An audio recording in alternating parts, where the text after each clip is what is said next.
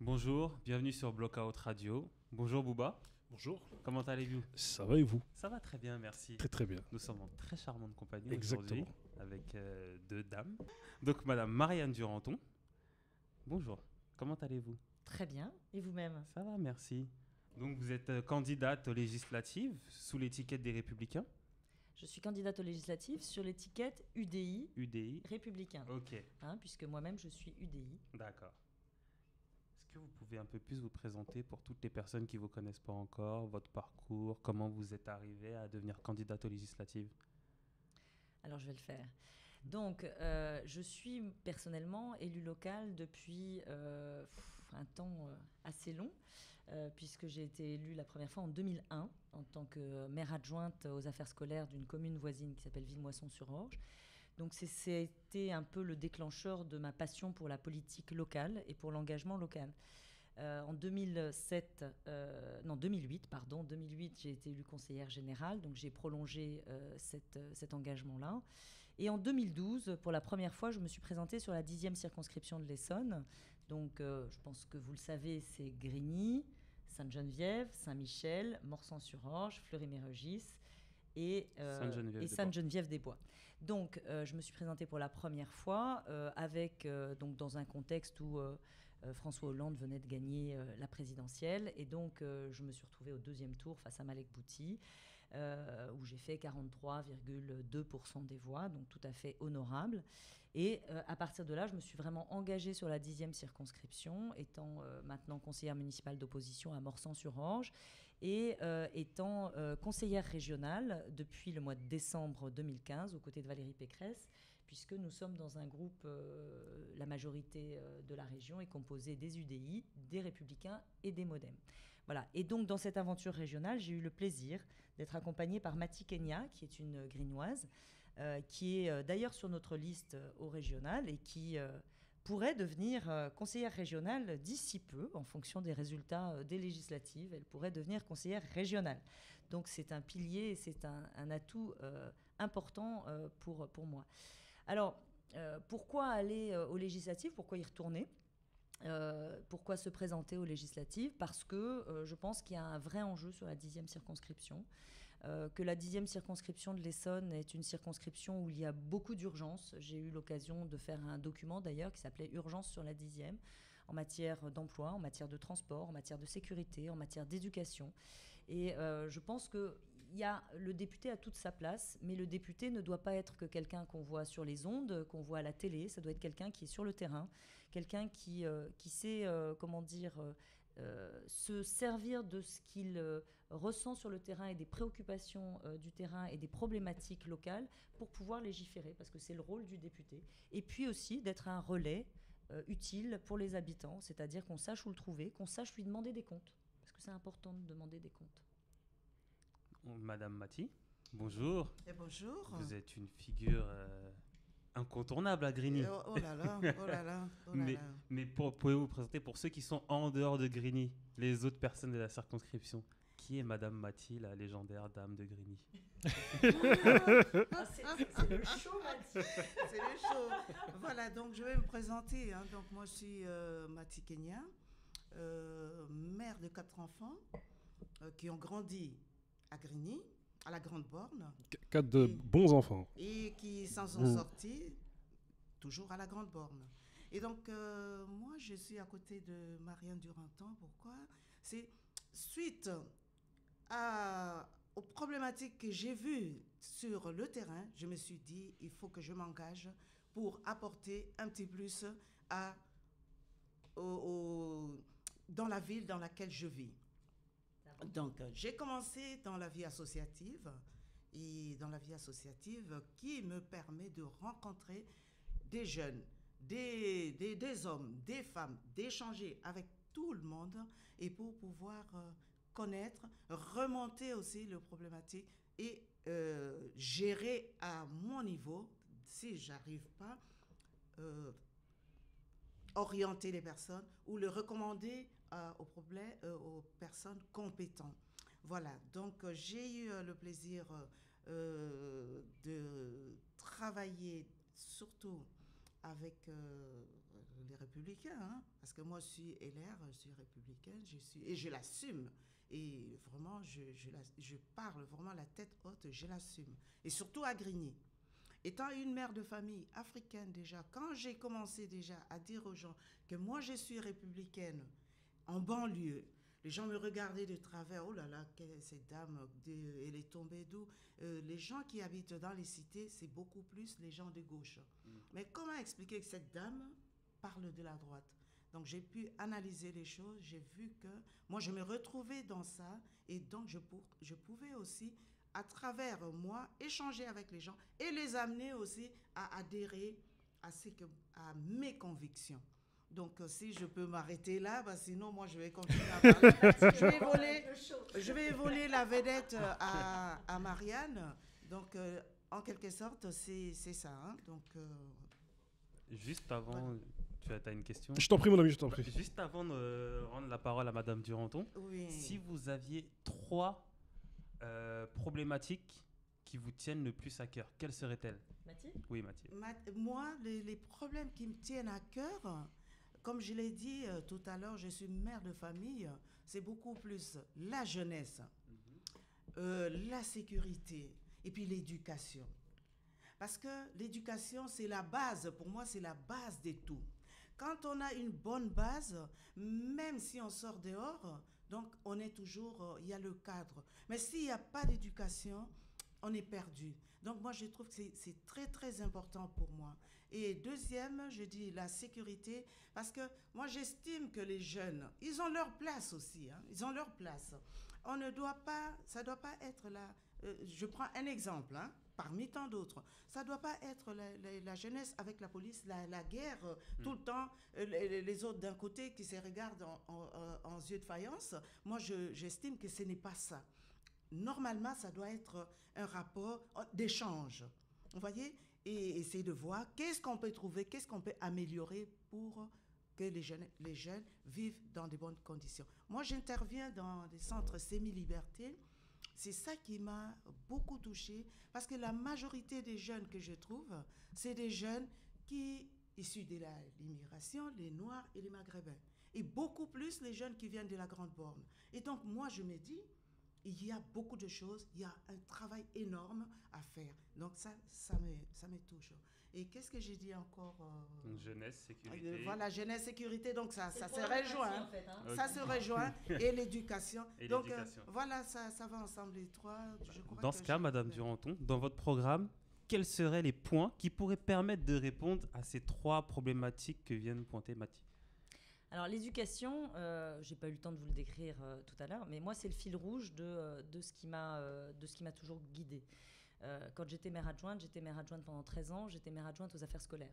Donc toutes les questions d'éducation, toutes les questions d'épanouissement de l'enfant à l'école, de relations entre l'élève et les enseignants, entre les enseignants et les parents, c'est un tout.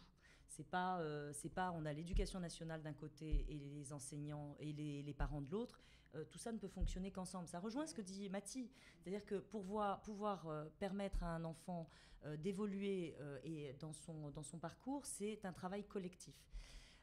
Ensuite, quand je suis devenue conseillère générale, je siégeais dans les collèges. Et là, ça a été pareil. Ça a été toujours le souci de faire en sorte que les enfants puissent être accompagnés, qu'ils puissent évoluer, qu'on puisse les orienter, qu'ils puissent savoir vers où aller, que la filière générale, c'est peut-être pas l'alpha et l'oméga de l'éducation ou de l'enseignement, et qu'il peut y avoir aussi des orientations vers la formation professionnelle, vers des stages en entreprise, vers l'alternance par la suite, parce que c'est ça qui crée l'emploi aussi.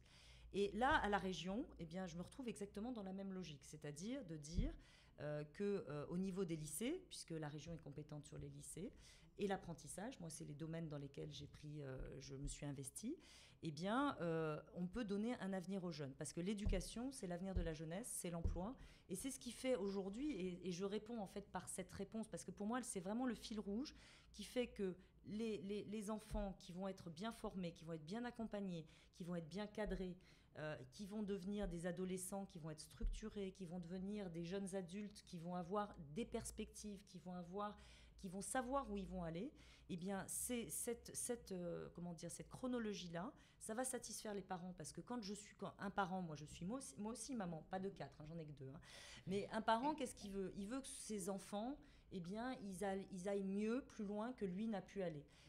Jamais vous verrez un parent qui veut que ses enfants soient en dessous de lui. Non, ils veulent que les enfants, c'est l'ascenseur social, quoi. C'est le lien vers lequel on va. Eh bien, les parents, s'ils voient que leurs enfants, ils ont une bonne éducation, qu'ils ont une bonne orientation, qu'ils ont des perspectives d'avenir, quelque part, ça les réconforte. L'enfant, quand il grandit et qu'il voit qu'il sait où il va aller, eh bien, et qu'il va avoir des débouchés là où il va aller, quelque part, on solutionne plein de problèmes. Et tout ça, c'est des questions de sécurité, parce que quand il ne traîne pas dans la rue, il n'est pas susceptible d'être agressé ou d'être tenté par des commerces illicites ou par des actions délinquantes. Et donc voilà, c'est un cercle vertueux et non pas un cercle vicieux. Alors que quand l'éducation, il n'y a pas d'éducation, que les enfants sont laissés à eux-mêmes, qu'ils n'ont pas de perspective d'avenir, que les parents voient qu'il n'y a pas de perspective d'avenir, on a une révolte. On a une population, on a des gens qui se sentent exclus, qui se sentent rejetés. Et ça, c'est pas possible. Il faut avancer dans une démarche commune. Et à Grigny, donc, il y a eu donc une prise de conscience de ce sujet-là. Et il y a un décret de 2016, d'octobre 2016, qui a prévu justement une grande opération d'intérêt national autour de Grigny. Et se sont articulés plusieurs pans d'action, domaines d'action, et notamment un domaine d'action sur l'éducation, c'est le grand projet éducatif de Grigny. Et ça, c'est très important, parce qu'on ne peut pas se satisfaire qu'à Grigny, on n'est que 20% des jeunes qui obtiennent le bac. Ça veut bien dire qu'on n'a que 20% des jeunes qui aujourd'hui vont avoir aussi une orientation et pouvoir faire quelque chose. C'est un point très important et on va y revenir tout de suite après la pause. Bonjour, bienvenue dans l'Interviews, l'émission où la parole est donnée à tous. Aujourd'hui, nous recevons l'ancien rédacteur France sur Vavel en 2011. Il a ensuite monté Vox Stadium avec ses camarades en 2013. Nous accueillons donc Abdalaï Niakate. Bonjour Abdalaï, merci d'avoir accepté notre invitation. Salut Younous et puis merci de m'avoir invité. Avec toi aujourd'hui on va parler football européen et plus précisément des finales de la Champions League et de l'Europa League à venir.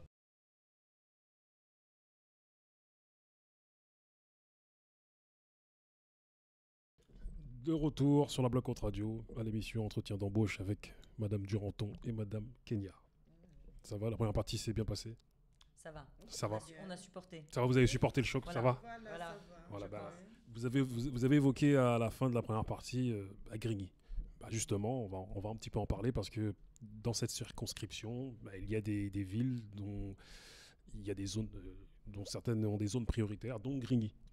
Vous le savez, Grigny est la ville la plus pauvre de France. L'INSEE l'a reconnu, 44,8% de pauvres. La plus jeune aussi. Et vous, élus, que comptez-vous faire directement pour une ville telle que Grigny ou pour même les quartiers qui sont classés en zone prioritaire? Vous le dites à juste titre, c'est une priorité, Grigny. Je dirais même c'est Grigny concentre sur son territoire toutes les caractéristiques de la politique de la ville et pas toujours dans la meilleure façon, dans la meilleure illustration de la politique de la ville. On a, donc vous l'avez dit, une population la plus pauvre de France en termes de pourcentage, la plus jeune de France en termes de pourcentage. On peut rajouter d'autres caractéristiques. On peut rajouter une copropriété avec Grigny 2 qui est la deuxième d'Europe, plus grande d'Europe, avec des problématiques absolument incontournables et pour lesquelles on n'arrive pas à apporter de solution à ce stade. On a des questions de sécurité qui sont au cœur aussi des problématiques grignoises. Et puis il y a toute la zone très, très, très dense et très importante de la Grande Borne, aussi, qui est aussi montrée du doigt. Moi concrètement, je ne suis pas Dieu et je ne me prétends pas Dieu. Je pense qu'on a besoin d'être en bonne intelligence, se mettre autour de la table et aborder les sujets vraiment, voir comment on peut les résoudre localement et les outils législatifs qu'il faut pour pouvoir les résoudre au niveau de la loi et au niveau national, et apporter des réponses. Et pas se cantonner, comme j'en ai entendu certains, qui, au lendemain de certains événements, disaient qu'il fallait mettre sous tutelle, etc., et qui n'ont rien fait. C'est-à-dire qu'ils n'ont pas fait bouger les choses. Moi, je suis quelqu'un de pragmatique, je suis quelqu'un... on le disait tout à l'heure, je suis UDI, donc je suis au centre droit. Hein, j'affirme mes valeurs. Hein, j'ai pas de problème par rapport à ça, contrairement à d'autres qui se cachent derrière des pseudos qui mettent pas les couleurs, qui affichent pas les couleurs. Moi, j'affiche les couleurs. Mais je suis avant tout une élue locale qui fait son job, qui essaie de faire avancer les choses avec humilité, parce que, encore une fois, je suis pas Dieu. Et je pense qu'on ne peut travailler que tous ensemble. Sur la question de Grigny, il y a le grand projet éducatif local qu'on a évoqué, que j'ai évoqué en fin de première partie, qui est donc un contrat qui a été signé avec tous les partenaires, la région, le département, la ville de Grigny, Grand Paris Sud, l'État, pour dire voilà, il y a une préoccupation sur Grigny, et c'est le fil rouge de notre première séance, c'est-à-dire l'éducation. Il faut qu'on arrive à faire en sorte que la population jeune de Grigny puisse atteindre un taux de réussite au bac ou dans les études. Il n'y a pas que le bac dans la vie. Hein, il y a dans les études, dans la réussite, qu'ils puissent réussir à plus de 20%. On ne peut pas se satisfaire de ça. Et donc, pour arriver là, comment on fait? Quels sont les dispositifs qu'on met en place? La feuille de route commence à être plus ou moins affinée. Maintenant, il va falloir des faits, il va falloir concrétiser, parce qu'il n'y a rien de pire que de laisser une population dans une attente de quelque chose et que rien ne se passe. Autrement, ça ne sert à rien d'avoir des élus.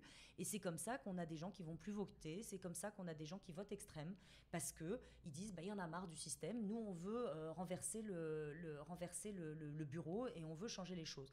Mais on peut changer les choses aussi en choisissant les bons élus. Et c'est ça le message que je veux faire passer. La deuxième problématique, c'est Grigny 2. Là-dessus, il y a eu aussi donc le décret dont je vous parlais, le décret d'octobre 2016. La région vient de s'associer dans une démarche avec les PARECA. Excusez-moi, c'est des termes très techniques, mais tout ça, politique de la ville, pour que personne ne puisse comprendre, on met que des termes très techniques. Comme ça, au moins, ça reste entre sachants. Et les gens de l'extérieur ne comprennent pas. Et on vous change les termes le plus souvent possible. D'ailleurs, ça devient des ZEP, des REP, des REP plus. Des REP plus. Voilà. Donc, c'est des trucs, c'est un peu... bon. Et donc, sur la copropriété de Grigny 2, on sait qu'on a un vrai problème qui est le problème... On a plusieurs problèmes, on n'en a pas qu'un, mais qui est le problème des dettes. Les dettes, les charges très importantes et les dettes des copropriétaires ou des locataires qui n'ont pas payé leurs charges. Donc voilà, on a un constat, on a 15 millions d'euros de dettes sur le syndicat principal. Qu'est-ce qu'on fait? Est-ce qu'on dit, il y a 15 millions et donc c'est ceux qui ont payé, c'est-à-dire les très peu qui vont payer les 15 millions, donc ça veut dire qu'on peut tirer une croix tout de suite, ou est-ce qu'on demande à l'État de prendre en charge, de faire sa part, et on apporte des réponses concrètes justement en regardant les syndicats secondaires qui fonctionnent bien, et puis en les mettant complètement en autonomie, ce qui fait qu'ils ne génèrent plus de dettes, et en permettant ensuite à l'État de revoir la copie sur les parties les plus en difficulté et auxquelles on essaie d'apporter des solutions. Et ensuite, apporter justement des solutions pour que on cesse les marchands de sommeil, les ventes à la découpe, la vente à des personnes qui peuvent acheter mais qui ensuite ne peuvent plus payer leurs dettes parce qu'on voit bien qu'elles sont complètement surendettées ou en limite de capacité. Voilà, c'est des dispositifs, je ne veux pas être trop longue parce que ce n'est pas un débat que technique, c'est aussi un débat politique. Mais pour ça, il faut une volonté politique, il faut quelqu'un qui se remonte les manches avec les autres, parce que ce n'est pas Marianne Duranton qui peut faire toute seule, c'est Marianne Duranton, plus la région, plus le département, plus Grand Paris Sud, plus l'État, plus la ville de Grigny. C'est comme ça qu'on peut avancer. Pour rebondir sur ce que vous dites par rapport au logement, on sait que M. Valls, il y a quelque temps, parlait d'apartheid territorial. Et on sait que le maire de Grigny aussi a ressorti ce terme. Et selon vous, si jamais vous êtes élu, vous pourriez créer un dialogue entre les offices HLM, entre l'État, afin d'éradiquer ou d'amoindrir ce fait qu'est l'apartheid territorial, quand on sait qu'à la Grande Borne ou dans d'autres villes, il y a carrément des bâtiments entiers de gens de la même origine. Voilà, et souvent, on accuse ces gens d'habiter là exprès ensemble alors qu'ils n'ont pas décidé d'habiter là en fait. Et selon vous, est-ce qu'un dialogue est possible entre l'État et les offices HLM pour amoindrir tout ça? Alors moi je dis que le dialogue, non seulement il est possible, mais il faut avoir ce dialogue. Après, il faut être clair aussi, on est arrivé dans une telle zone de concentration, justement, que vous exprimez, de communautés de la même origine, que quand vous voulez mettre une autre communauté ou des gens extérieurs, ça devient compliqué. Le principe, c'est plutôt de sortir les gens qui sont dans ces zones de concentration et de les amener ailleurs, de façon à refaire de la mixité. Et ça existe et ça marche. Ça existe. Moi, je vous citerai, et je vais reprendre le premier fil qui était l'éducation. Je vous citerai l'exemple de la ville de Courcouronnes. Courcouronnes, c'est un peu comparable à Grigny. Hein. C'est une ville nouvelle où vous avez 49 populations différentes, une population très jeune, une population très pauvre aussi. Et donc, où le maire de Courcouronnes, Stéphane Baudet, qui d'ailleurs ce soir vient, je fais une réunion publique à Sainte-Geneviève-des-Bois et il sera présent ce soir, donc a tiré ce fil des problématiques qu'il pouvait y avoir, et l'éducation en était un. Et donc, il a mis en place des expérimentations. Et moi, je veux que... alors, cette expérimentation, c'était quoi ? C'est de faire du buzzing. Alors, excusez-moi, c'est des termes franglais, c'est pas beau. Mais le buzzing, c'est quoi ? C'est de prendre des enfants dans les quartiers, justement, concentrés, quartiers politiques de la ville, de les sortir et de les amener dans des quartiers dits bourgeois. D'accord ? Alors, ça fait grincer les dents de certains quartiers, hein, quand on vous dit... bon. Mais ça mélange, ça mixte. Et ça permet justement d'avoir des enfants qui progressent, qui ne restent pas toujours dans le même milieu. Et il faut faire la même chose aussi avec le logement. Et pouvoir avoir des gens qu'on va emmener sur d'autres territoires, non pas pour les retirer ou les extraire, mais aussi pour pouvoir recréer de la fluidité et de la mixité. Samba. Une petite question un peu plus, on va dire, une autre question. La politique de Madame Pécresse est beaucoup critiquée par beaucoup de monde sur, par exemple, la circonscription, dû au fait, par exemple, qu'elle propose de réaugmenter les tarifs des transports, de diminuer les allocations pour les subventions pour les associations. Qu'est-ce que vous pouvez répondre à toutes ces personnes qui ont peur de cette politique-là ? Alors justement, j'allais rebondir sur, j'ai pas eu le temps de finir mon propos, sur la ghettoisation entre guillemets, et je mets des guillemets parce que j'aime pas le terme de ghettoisation, hein, mais je veux dire la concentration. Valérie Pécresse a fait une chose très simple. Elle a dit, nous on subventionne les logements sociaux, les très sociaux, sauf que dans les villes où il y a déjà 30% de logements sociaux, eh ben on arrête de les subventionner. Pourquoi ? Parce que on va pas rajouter du très social là où il y a déjà beaucoup de très social. Donc, moi, je suis très claire avec ça. Que les villes qui n'en ont pas, en face, et là, on les subventionnera. Mais celles qui en ont déjà beaucoup, on ne va pas rajouter. Je pense que Grigny, dans ce cadre-là, pourrait justement faire de la mixité et faire de l'accession à la propriété, de façon à pouvoir aussi avoir des parcours de résidentiel, ce qui est très important, que les gens...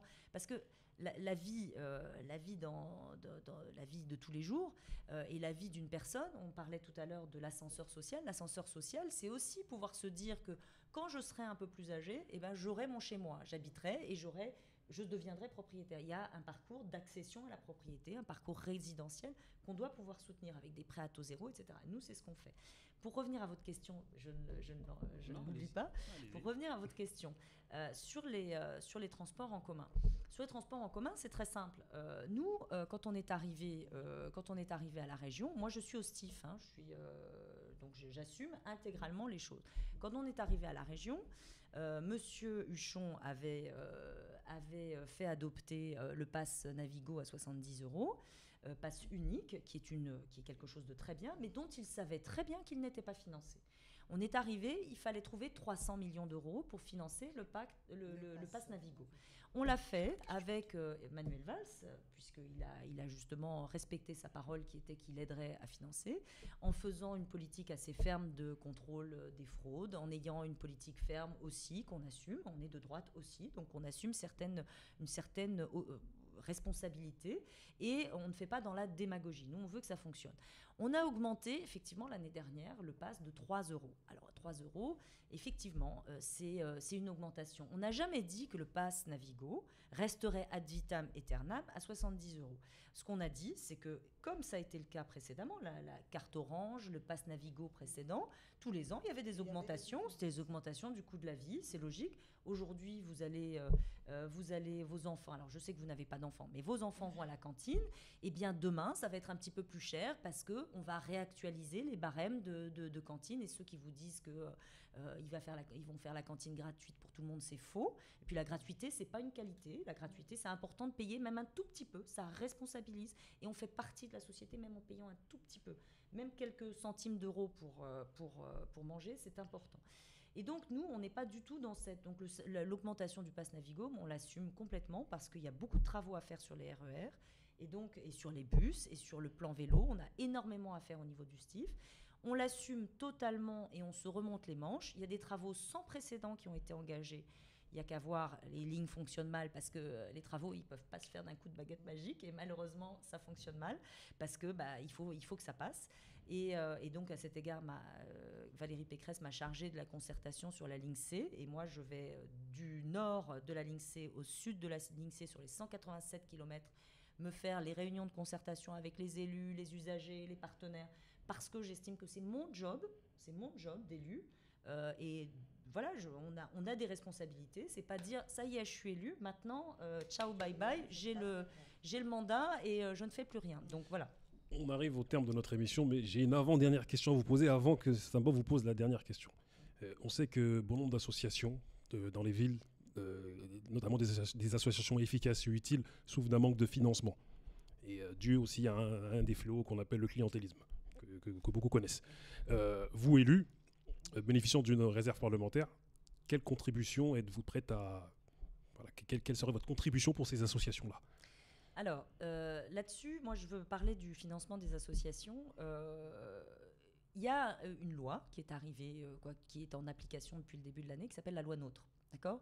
La loi NOTRe, elle a complètement repositionné les différentes collectivités, la mairie, le département, la région, l'État, dans leurs compétences. Avant, il y avait la compétence générale, ce qui fait que chacun pouvait saupoudrer.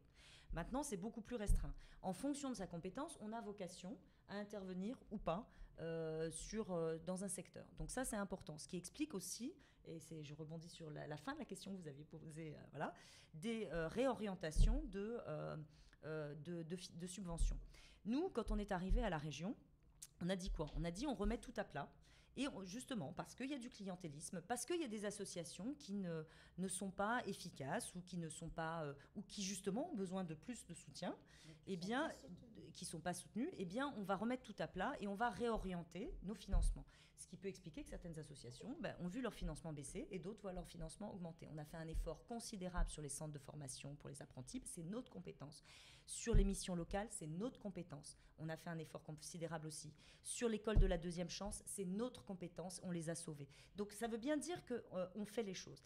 Alors, pour revenir sur votre question, je vois très bien de quel candidat vous parlez au niveau de la réserve parlementaire. Il oublie juste une chose, c'est que son candidat, la première mesure qui va être appliquée lors de l'assemblée, de la session extraordinaire de cet été, le premier projet de loi qui va arriver, c'est le projet de loi sur la modernisation ou la moralisation de la vie politique. Et que la première chose qui va être supprimée, ça va être la réserve parlementaire. Voilà. Donc, on ne peut pas promettre tout à n'importe quoi. Et je pense que moi, ce que je peux promettre, c'est de travailler, c'est de responsabiliser les gens, c'est d'essayer d'apporter des solutions, mais d'apporter des solutions avec tout le monde. Moi, je ne fais pas la pluie et le beau temps et je ne me revendique pas comme tel. Je ne visais personne particulièrement. C'est dans ce programme. Mais voilà, Samba, je t'en prie, concluons. Nous arrivons à la fin de l'émission et le dernier mot est pour vous. Qu'est-ce que vous pourrez dire à vos futurs électeurs ou des personnes qui sont encore en plein doute et qui ne savent pas pour qui voter exactement ? Qu'est-ce qui les ferait voter pour vous ? Tout d'abord, j'espère que de m'avoir entendu et regardé, éventuellement, ça les aura un peu convaincus. qu'ils savent qu'ils ont face à eux quelqu'un d'engagé, quelqu'un qui ne ment pas, quelqu'un qui n'est pas, encore une fois, qui n'a pas le syndrome de la grosse tête et de je suis capable de tout faire, mais quelqu'un qui travaille et qui met la valeur travail avant tout. Ça, c'est le premier point. Ensuite, le deuxième point, c'est que je pense que cette circonscription a souffert d'avoir, c'est l'avantage et l'inconvénient d'être à proximité de Paris, des gens qui se servent de cette circonscription pour avoir un destin national. Moi, je n'ai pas vocation à avoir un destin national, que ce soit très clair. Moi, c'est le local qui m'intéresse et de faire en sorte qu'on puisse se servir de l'expérience locale pour pouvoir améliorer la loi et pouvoir améliorer le mode de fonctionnement de la République et de l'Assemblée nationale. Et enfin, dernier point, c'est qui rejoint le premier, qui rejoint le deuxième, le précédent, c'est que cette urgence nécessite d'avoir quelqu'un qui est opérationnel tout de suite. Vous l'avez vu, je pense que le niveau d'échange vous montre que les dossiers, je les connais quand même relativement bien, voire bien. Au niveau du Parlement, moi j'ai travaillé pendant 10 ans au Parlement, à l'Assemblée nationale et au Sénat. J'ai été conseillère parlementaire et chef de cabinet de Martin Hirsch, donc j'ai travaillé au gouvernement aussi. Donc je suis constitutionnaliste à la base, donc les institutions c'est ma formation à la base. Et donc ça veut dire que demain, le 11 juin vous votez pour moi et le 18 juin vous m'élisez, eh bien ça veut dire que le 19 juin je suis opérationnelle. Et tout ce que je vous ai dit, je peux le mettre en application, mais avec vous, parce que c'est important aussi de toujours avoir le lien avec le terrain et de toujours avoir les pieds dans la glaise et les mains dans le cambouis. Merci à vous. Merci beaucoup. Et on espère vous voir à l'entre-deux tours. J'espère. Et non seulement j'espère, et puis j'espère que vous viendrez aussi couvrir l'Assemblée nationale, l'installation à l'Assemblée nationale, et que on ne manquera pas ça. Honneur. On ne manquera pas ça. Merci beaucoup. Merci à vous. Bonne journée, merci beaucoup pour cette initiative.